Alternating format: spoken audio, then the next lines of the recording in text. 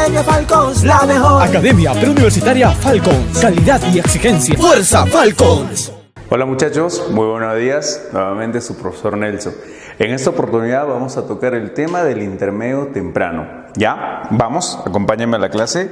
Atención mis niños, el intermedio temprano es conocido como la gran época ¿de qué? La época de los grandes maestros artesanos. Ya niños, estos vienen a ser grandes maestros artesanos. ¿Por qué lo llamamos así? La época de los grandes maestros artesanos. Es a causa del desarrollo cultural, sobre todo en cerámica, en la litoescultura, en la textilería, de las culturas de este periodo que lo van a desarrollar de una manera magistral. No te olvides que también las culturas del intermedio temprano han nacido de las culturas puente, y las culturas puente de una madre llamada Chavín, que eso ya lo habíamos hecho en clase. Así que mis niños, resulta que esta nación llamada Paracas Necrópolis va a nacer de los Paracas Cavernas. Ya, o sea, Cavernas pertenece a una cultura puente llamado formativo superior o tardío, y luego de esta nacen las culturas del intermedio temprano. Entonces la primera nación del intermedio temprano se va a llamar Paracas Necrópolis. A ver, atención, ¿cómo funciona esto? Resulta que Paracas Necrópolis va a dominar este territorio. Todo lo que viene a ser el actual o la actual región de Ica, ¿ya? Entonces su dominio se va a centrar en este territorio. No te olvides, ¿ya? Entonces resulta que la poderosa nación de cultura Paracas Necrópolis se va a ubicar en este territorio. Absorbe una parte de lo que viene a ser el sur de Lima. También se desarrolla en una partecita de Ayacucho. Ya también preguntan en el examen y dicen, ¿no?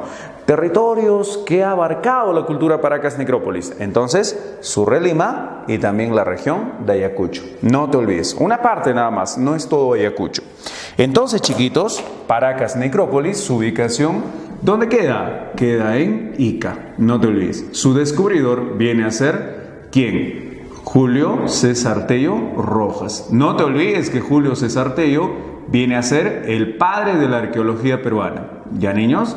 Entonces Julio César Tello fue la persona quien descubre Paracas y lo va a separar en Paracas Necrópolis y Paracas Cavernas. Ahora uno dice, ¿no? ¿Cuáles fueron los elementos culturales para separar estas dos naciones? Es a causa de sus complejidades en textil, en cerámica, en tumbas y en las deformaciones, trepanaciones craneanas. Y a niños hay que tomar bastante en cuenta esta. Su Dios, ¿quién viene a ser? El poderoso Dios Con. No te olvides que Con es el dios del mar. Y aparte de eso, ellos adoran también a lo que vendría a ser dioses de fantasías relacionadas con el tema del agua, la fertilidad. Ya que están ubicadas cerca al litoral, ellos bastante destacan en estas actividades. ¿Ya niños? Muy bien. Entonces sería dios del mar. Su idioma es el famoso quechua. Y uno dice, no, profesor, de repente el quechua es serrano. No.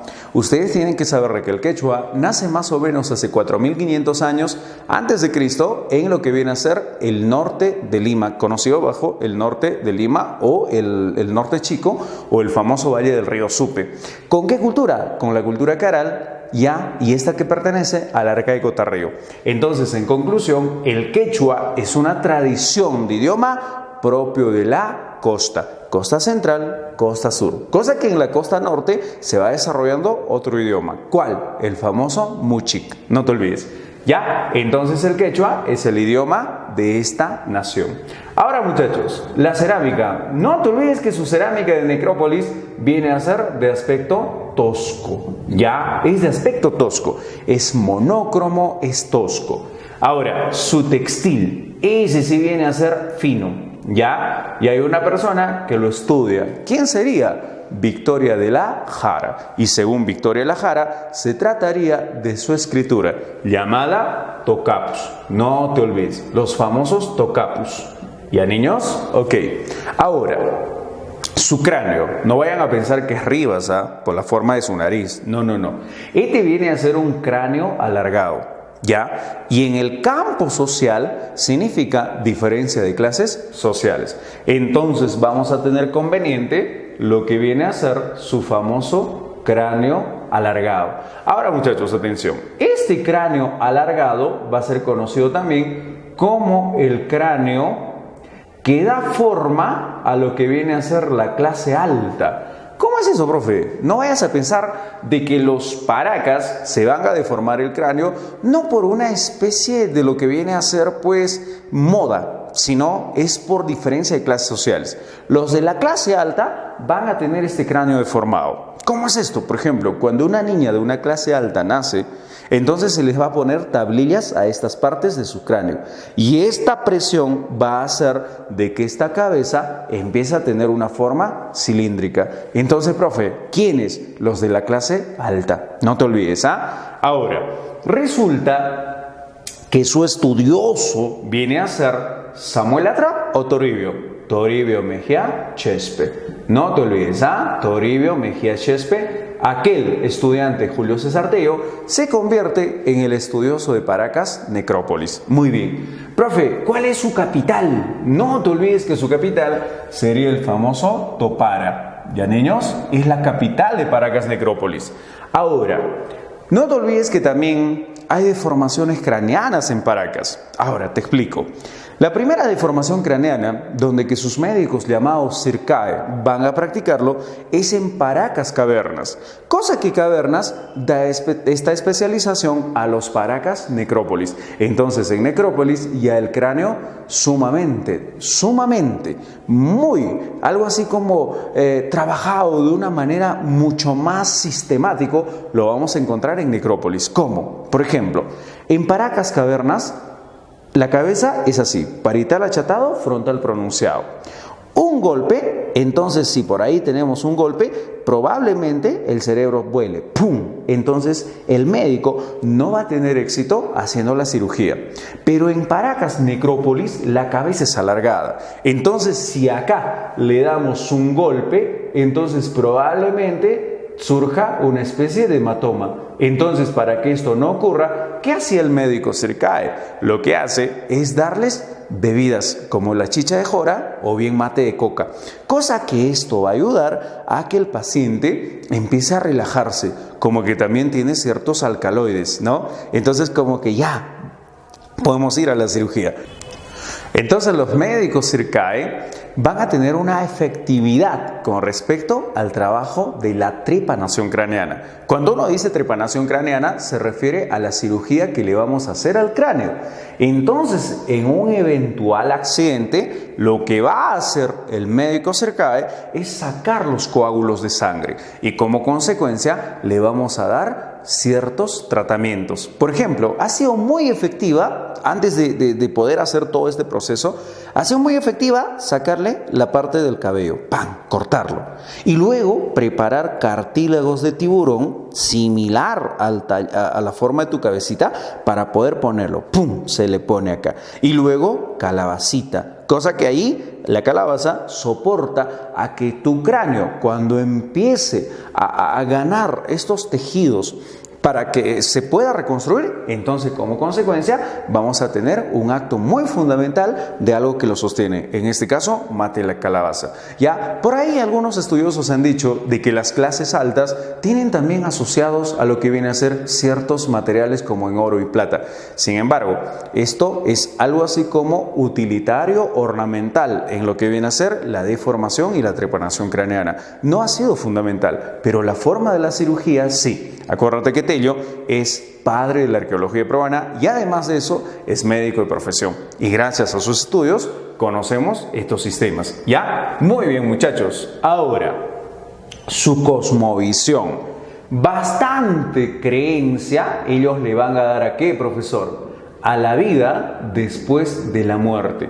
Profe, ¿de quién han heredado esto? Obviamente lo han heredado ¿de quién? Lo han heredado de los Paracas Cavernas. ¿Ya? Entonces, mis niños, en conclusión, lo que van a hacer los Paracas Necrópolis es aún seguir creyendo en la vida después de la muerte. Ahora, en Paracas Cavernas la tumba es copa invertida. En cambio, en Necrópolis vienen a ser ya los mausoleos.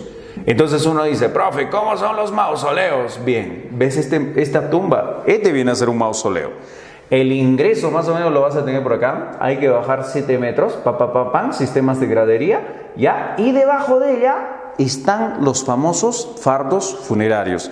¿Para qué esto? para poder trasladarse a la siguiente vida. Y acuérdate que la Tierra se convierte en una especie de Pachamama. Entonces nuestros Nazcas, nuestros Paracas, culturas que tienen relación con estas formas de tumba desarrollan su fuerte creencia en la vida después de la muerte. No te olvides. Y si uno me hace esta pregunta, ¿no? ¿Cuál ha sido el aporte máximo de Paracas Necrópolis?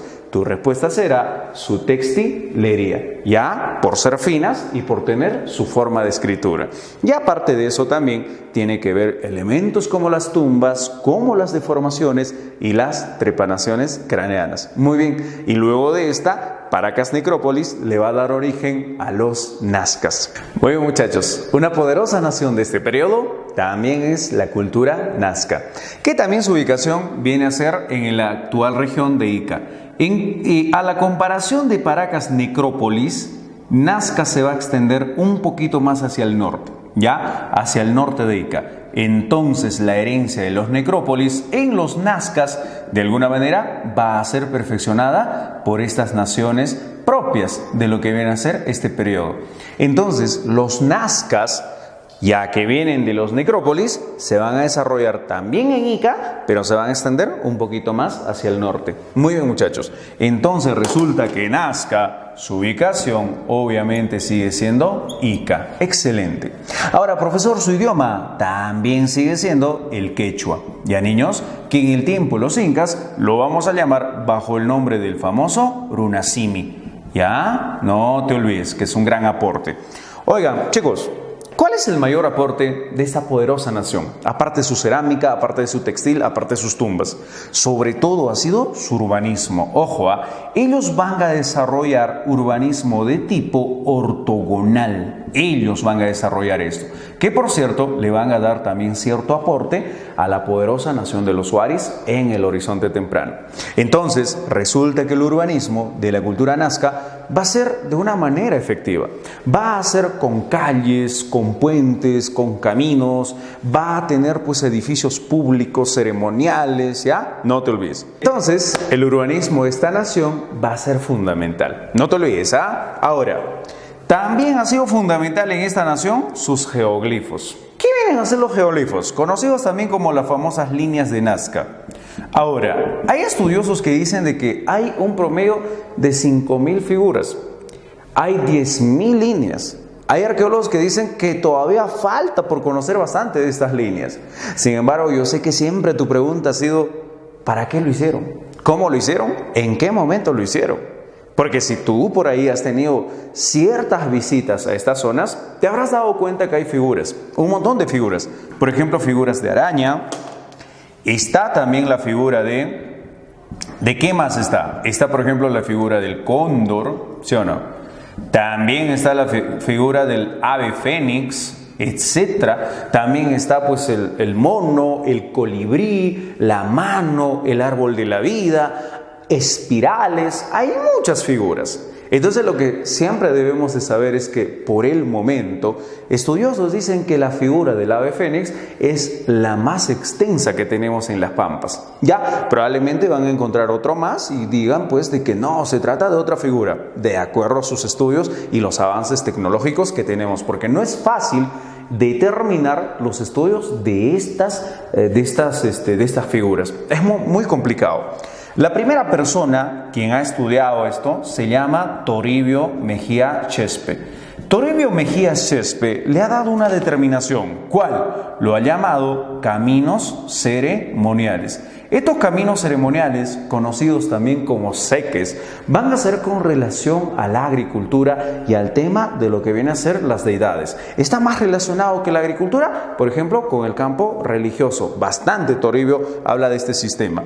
Y luego de esto tenemos la interpretación de un alemán norteamericano, Paul Kosok.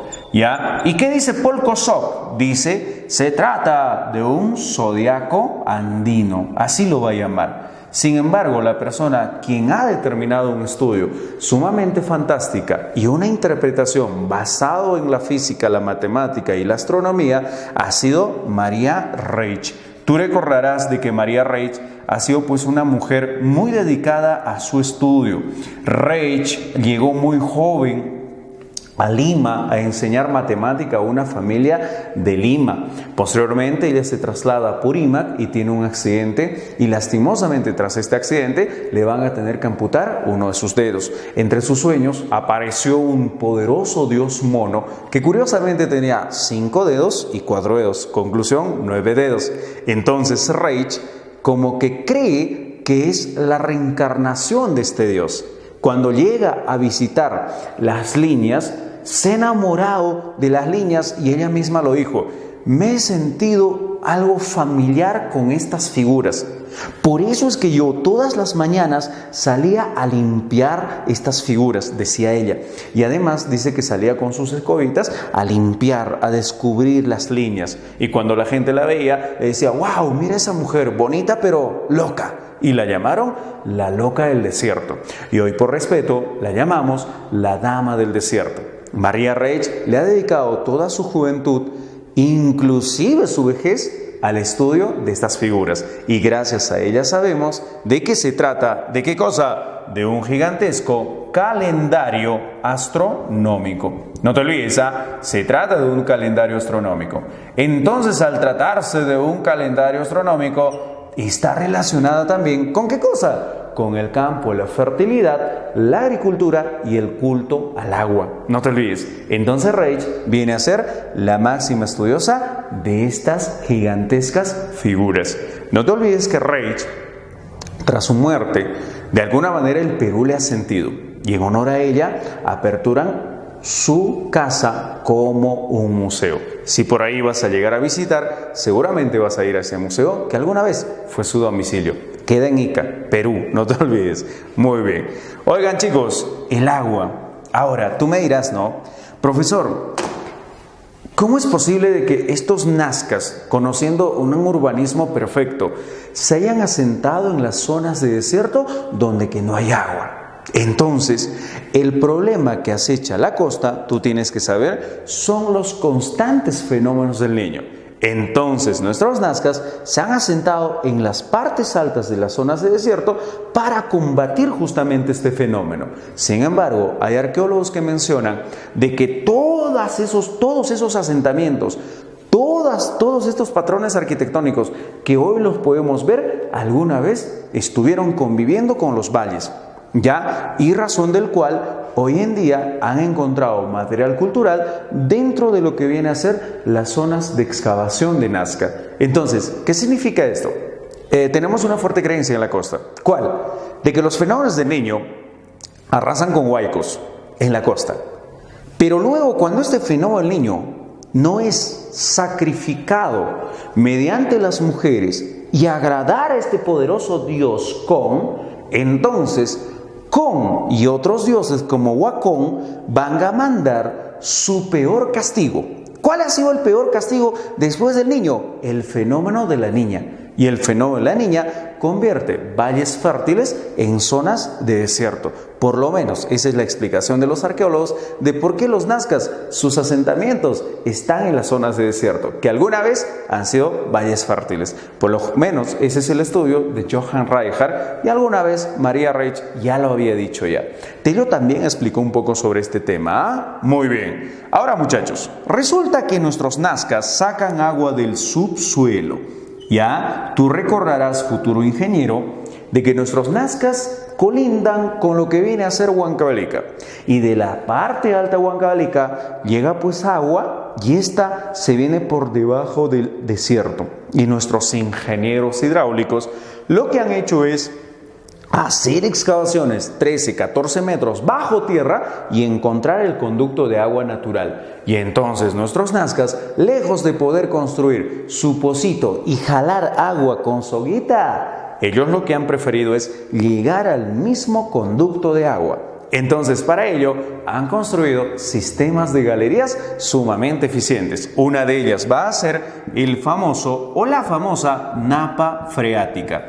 Ya, niños, entonces resulta que nuestros nazcas combaten la sequía, mediante las napas freáticas, conocidos también como ojos de agua o simplemente puquios. Ya, niños, entonces nuestros nazcas lo que hacen es justamente esto: aprovechar su conocimiento para obtener agua. No te olvides. Ahora, su capital obviamente se llama Cahuachi, ¿ya? Y resulta que Cahuachi es algo misterioso. Como te decía, ellos se han ubicado en las zonas de desierto.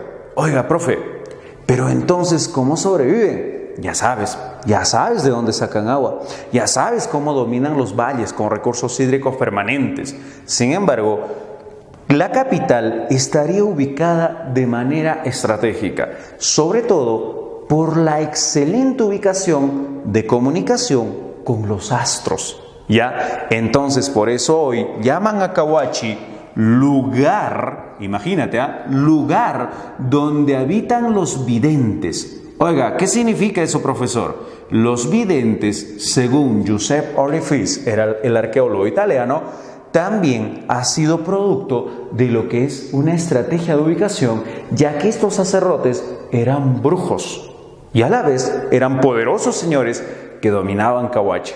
Entonces, niños, en conclusión, esta capital tiene que ver por su ubicación mágica, bastante mágica, pero relacionada con el tema de la religión, ¿ya? Por eso es que hoy en día podemos llamar a Nazca, o personalmente a Cahuachi, algo como el centro de adoración o el centro ceremonial de barro más grande de América. No te vayas a confundir eso con Chan Chan. Chan Chan es la ciudad de barro más grande del Perú de América.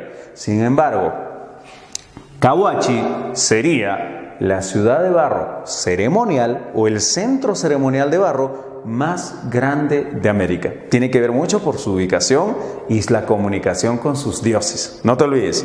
Bien, la diferencia de clases sociales lo vamos a tener mediante las famosas cabezas trofeo. ¿Ya, niños?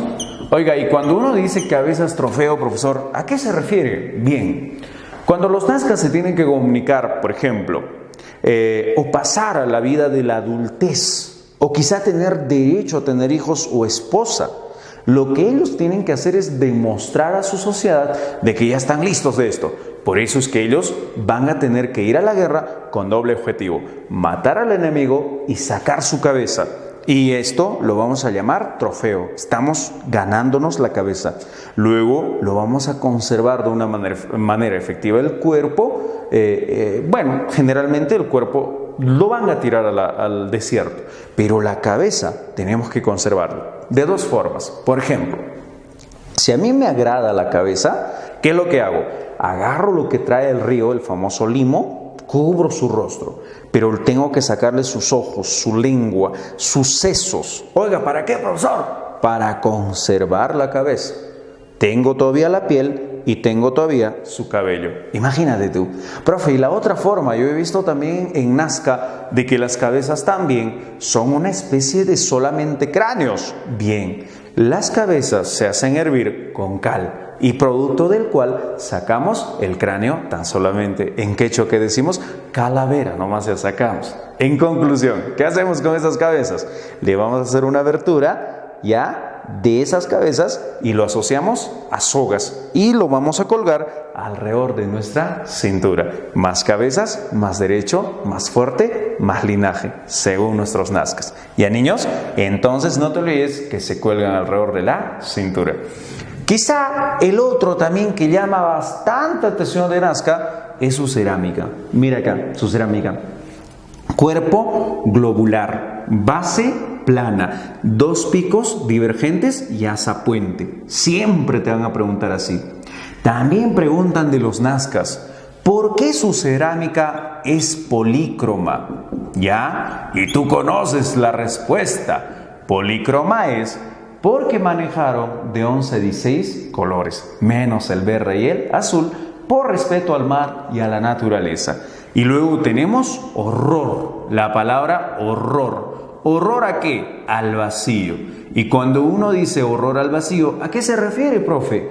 Horror al vacío lo llamamos porque resulta que nuestros nazcas lo pintan en todo. Imagínate tú, acá tienes su rostro muy decorado, con negro. Profe, pero esta parte no lo han pintado. Bien, es el color de la cerámica. O sea, en otras palabras, le podemos pintar con el color de la tierra de lo que hemos hecho la cerámica. A esto llamamos los famosos engobes. O sea, en conclusión, está pintada en todo. Quizá los nazcas pintaron en todo por su miedo a la desestructuración, por ser una cultura sumamente perfeccionista. No te olvides. Ahora, profe, otra pregunta. Estas cerámicas de Nazca, ¿por qué es pictórica, por ejemplo? Pictórica viene a ser porque es una cerámica subjetiva, surrealista. ¿Cómo es eso, profesor? Sus motivos iconográficos son así. Por ejemplo, si tú ves acá una imagen, por ejemplo, un rostro humano con un cuerpo así de grande, no tiene ni pies, solo tiene brazos. Dime, ¿es subjetivo o es realista? Subjetivo, ¿ya? Por ejemplo, yo puedo pintar acá un león con Cristian Araujo cazando a ese león. Ahora, el león chiquito, Cristian Araujo grandazo. ¿Subjetivo? Por supuesto subjetivo. Entonces, en conclusión, nuestros nazcas eran pictóricos por sus motivos iconográficos, subjetivos o surrealistas. 3 características fundamentales para entender la cerámica de los nazcas. Muy bien. La otra nación poderosa de este periodo es la cultura moche. Tú sabes que la cultura moche se ubica en la costa norte.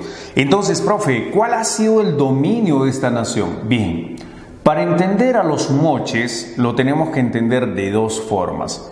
Mochica norte y mochica sur, ¿ya? Entonces, los mochicas norte serían justamente esta sería mochica sur. Y la parte de arriba sería mochica norte, ¿ya? Entonces, así está distribuido el patrón arquitectónico de esta poderosa nación de la costa norte peruana. Pero no te vayas a olvidar de que la cultura moche no está en la costa sur, está en la costa norte, ¿ya? Entonces, la única diferencia sería es que se dividen en 2, ¿no? Mochica norte y mochica sur. Ahora, muchachos, esta poderosa nación de moche va a tener su ubicación en el actual La Libertad, o sea, cerca a la ciudad de Trujillo, no te olvides, ¿ya? Entonces, esta poderosa nación ha sido descubierta por Max Zule, y acuérdate que Max Zule lo había llamado Proto-Chimú, no te olvides, que luego viene Julio César Tello y lo llama la cultura Muchic, y Rafael Arcojoyle lo llama cultura Moche. Así viene a ser el origen de este nombre. Ahora, hijos, ¿cuál es el idioma? El idioma viene a ser el famoso Muchic, conocido también bajo el nombre de la yunga. No te olvides, las huacas. ¿Qué vienen a ser las huacas? Las huacas vienen a ser una especie de templos, ¿ya? Por ejemplo, tenemos el templo del sol. Ahora, el templo del sol está relacionado con militares, con varones, con la fuerza. Entonces, el Templo del Sol es un centro militar, no te olvides. En cambio, la luna está relacionado con la fertilidad, con las mujeres. Entonces, centro militar moche es sol. Centro militar centro ceremonial moche es luna. Centro militar, centro ceremonial. Y aparte de eso, tenemos a la famosa Huaca de Cao, conocida también como la Huaca de Cao Viejo.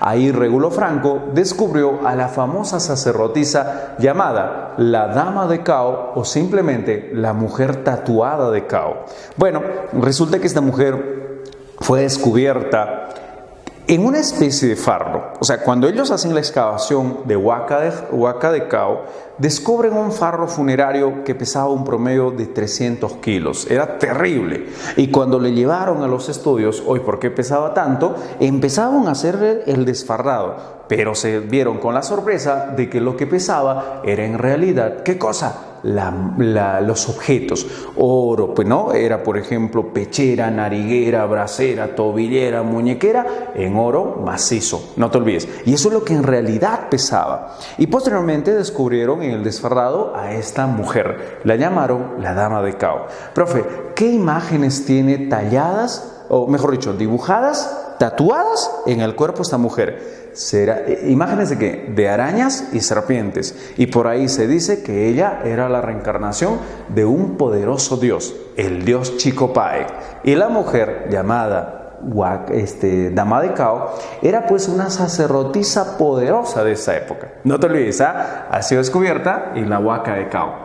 Y luego tenemos otra huaca de importancia mucho más superior, Sipán. ¿Ya? Entonces Sipán está relacionada con la famosa Huaca Rajada. ¿Ya? En la Huaca Rajada vamos a nosotros descubrir al señor de Sipán. Profe, ¿qué es el señor de Sipán?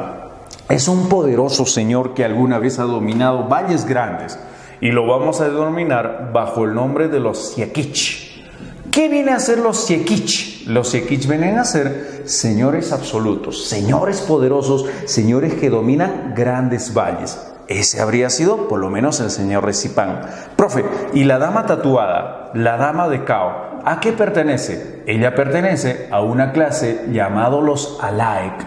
¿Y qué vienen a ser los Alaek? Los Alaek vienen a ser señores menores. No te olvides, Siekich, señor absoluto. Alaek, señores menores. Dama de Cao habría sido un Alaek, señor de Sipán, un Siekich. ¿Ya? No te olvides. Ahora, ¿quién es el descubridor de toda esta cultura? No te olvides que es Max Uhle, ¿ya? Y Max Uhle viene a ser la persona quien le llamó Proto-Chimú. ¿Ya? No te olvides, Oiga, profe, ¿y quién descubre al señor de Sipán? Walter Alba. No te olvides. Oiga, ¿y cuál es su capital? Su capital se llama Moche. Moche, que queda en el famoso valle del río Moche.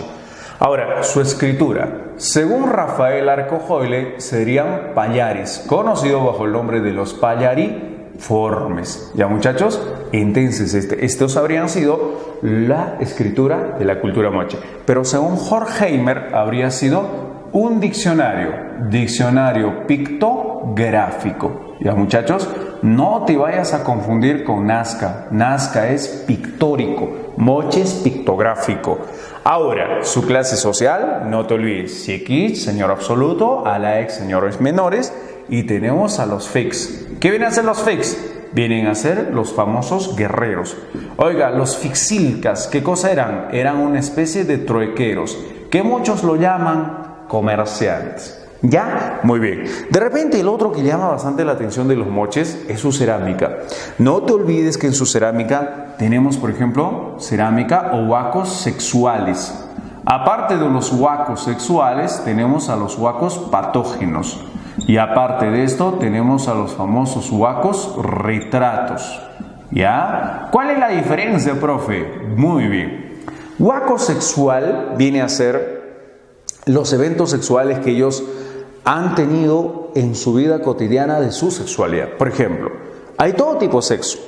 Tú tienes derecho a enterarte. Sexo anal, sexo oral, sexo vaginal, homosexualismo, inclusive zoofilia. Por mucho tiempo se ha creído de que esto representaba la fertilidad. Sin embargo, no es toda la cerámica fertilidad. Ahora, gracias a los estudios de Regulo Franco, podemos saber de que las cerámicas moches sexuales representan algo más. ¿Cuál? La famosa educación sexual. No te olvides, Entonces, hay algo más de lo que viene a ser la fertilidad. Profe, en los huacos patógenos, ya vamos a poner acá educación. Profe, en los huacos patógenos, ¿qué se representa? Sus enfermedades. Ya, niños, enfermedades. Enfermedades inclusive de nacimiento. ¿Cómo? Por ejemplo, probablemente hayan representado también una especie de enfermedades como los tumores. Sí. ¿Por qué? Porque hay figuras o hay trabajos de ojos grandes con ciertos bultos acá. Hay niños que nacen con labios diferentes, los famosos labios leporinos. Inclusive hay varones, algo así como sus penes parados, pero en este caso hasta la mitad, que significa como que si alguna enfermedad comiera su pene. ¿A qué se refiere? La uta, por ejemplo. Hoy todo se ha representado en nuestros moches, no te olvides. Profe, ¿y en los huacos retratos qué? Sus estados. ¿Qué estados? Sus estados de ánimo. Por ejemplo, si uno estaba triste, estabas ahí. Si uno estaba feliz, también. Por ejemplo, habían rostros como, ¿qué sería esto? Algo así como pensando. Por ejemplo, rostros como observándote. Rostros como algo así como tentativo para, etcétera, ¿no? Entonces, profesor, ¿qué significa todo esto? Muestra su lado realista. No te olvides, ¿ah? Muy bien. Muestra su lado realista. Ahora, acá tú puedes ver una escena de sexo. Ya, por ejemplo, acá tú tienes a Ozzy, ya le vamos a poner ya. Acá tienes a mi compadre Osito y acá tienes a mi compadre Rivas. Entonces, por ahí, haciendo el sexo de posición perrito, como muchos dicen, ¿no? No podemos entrar mucho en detalle a esto. De repente por ahí estás viendo con tu mamá. Así que en clase presencial te explico un poco más, ¿ya? Muy bien, chiquitos. Y luego tenemos a otra poderosa nación en el altiplano. La poderosa nación de Tiahuanaco, conocido también bajo el nombre de Tahuanaco o simplemente Tiwanaku. A ver, atención.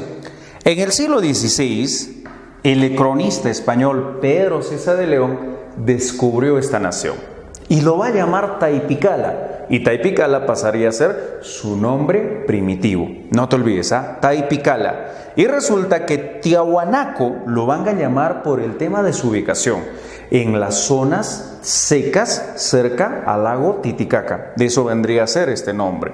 Entonces, muchachos, en conclusión, Tiahuanaco dominaría este viejo territorio. Tiahuanaco, por cierto, ha dominado tres actuales países. ¿Como cuáles, profesor? Lo que viene a ser el territorio peruano, territorio boliviano y el norte de Chile. Todo esto habría dominado Tiahuanaco. Ahora, muchachos, no te olvides que su ubicación queda en la famosa meseta.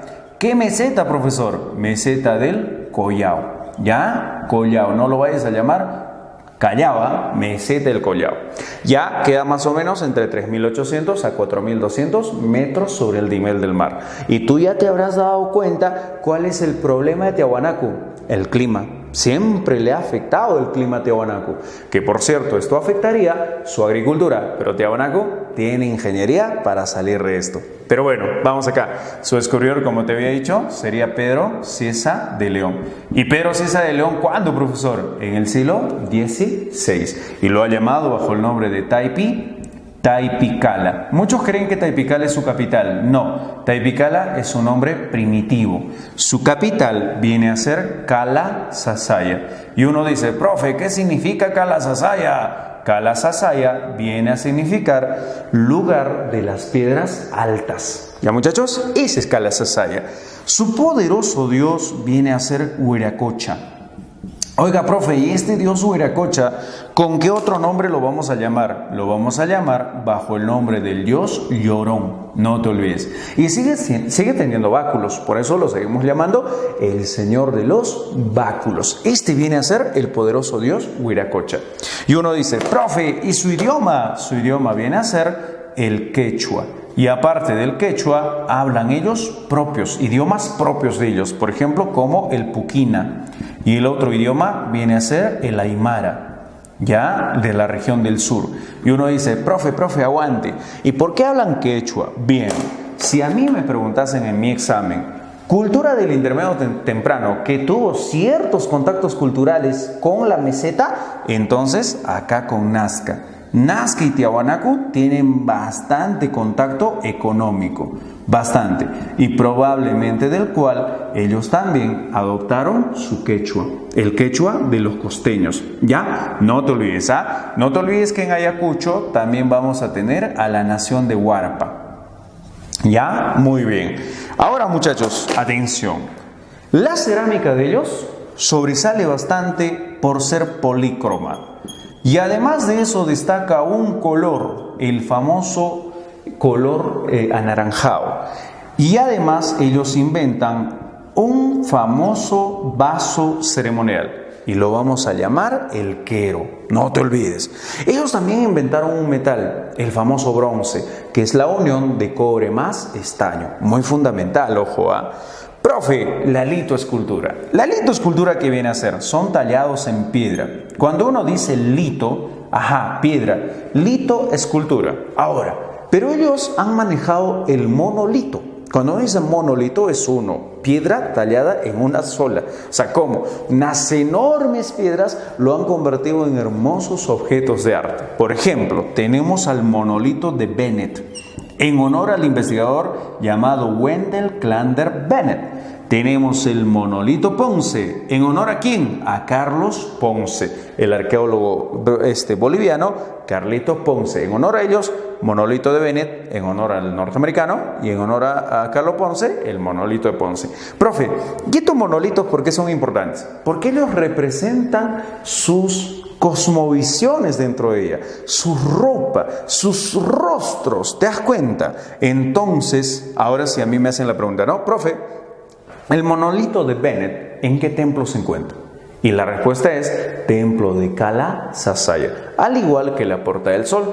Ambas se encuentran en el Templo de Kala Sasaya. Muy bien. Quizá lo que llama también la atención de Tiahuanaco es su economía. Y uno dice, no, ¿cómo es la economía de Tiahuanaco? Bien, te habrás dado cuenta este trabajo. ¿Qué viene a hacer esto? Como te había dicho, el problema de ellos es el clima. Entonces los tiahuanacos, por ejemplo, de día, ya, lo que van a hacer es tratar de captar el sol, la luz solar. Entonces vamos a tener acá su agricultura.